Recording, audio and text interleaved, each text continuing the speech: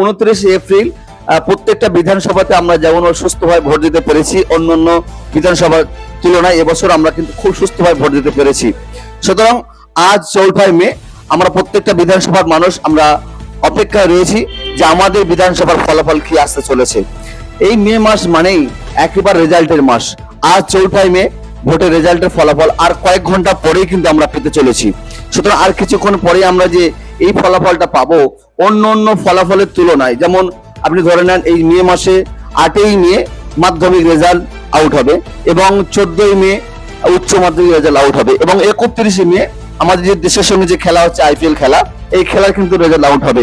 অন্য অন্য যে রেজাল্টের তুলনায় কিন্তু মানুষ সব থেকে বেশি প্রাধান্য দিচ্ছে বা সব থেকে বেশি আগ্রহী রয়েছে আমাদের এই যে 2026-এ বিধানসভার ভোটের। প্রত্যেকটা বিধানসভার মানুষ কিন্তু আশায় রয়েছে যে আমাদের কান্ট্রি, আমাদের প্রার্থী জিতবে, সকলে কিন্তু আশায় রয়েছে।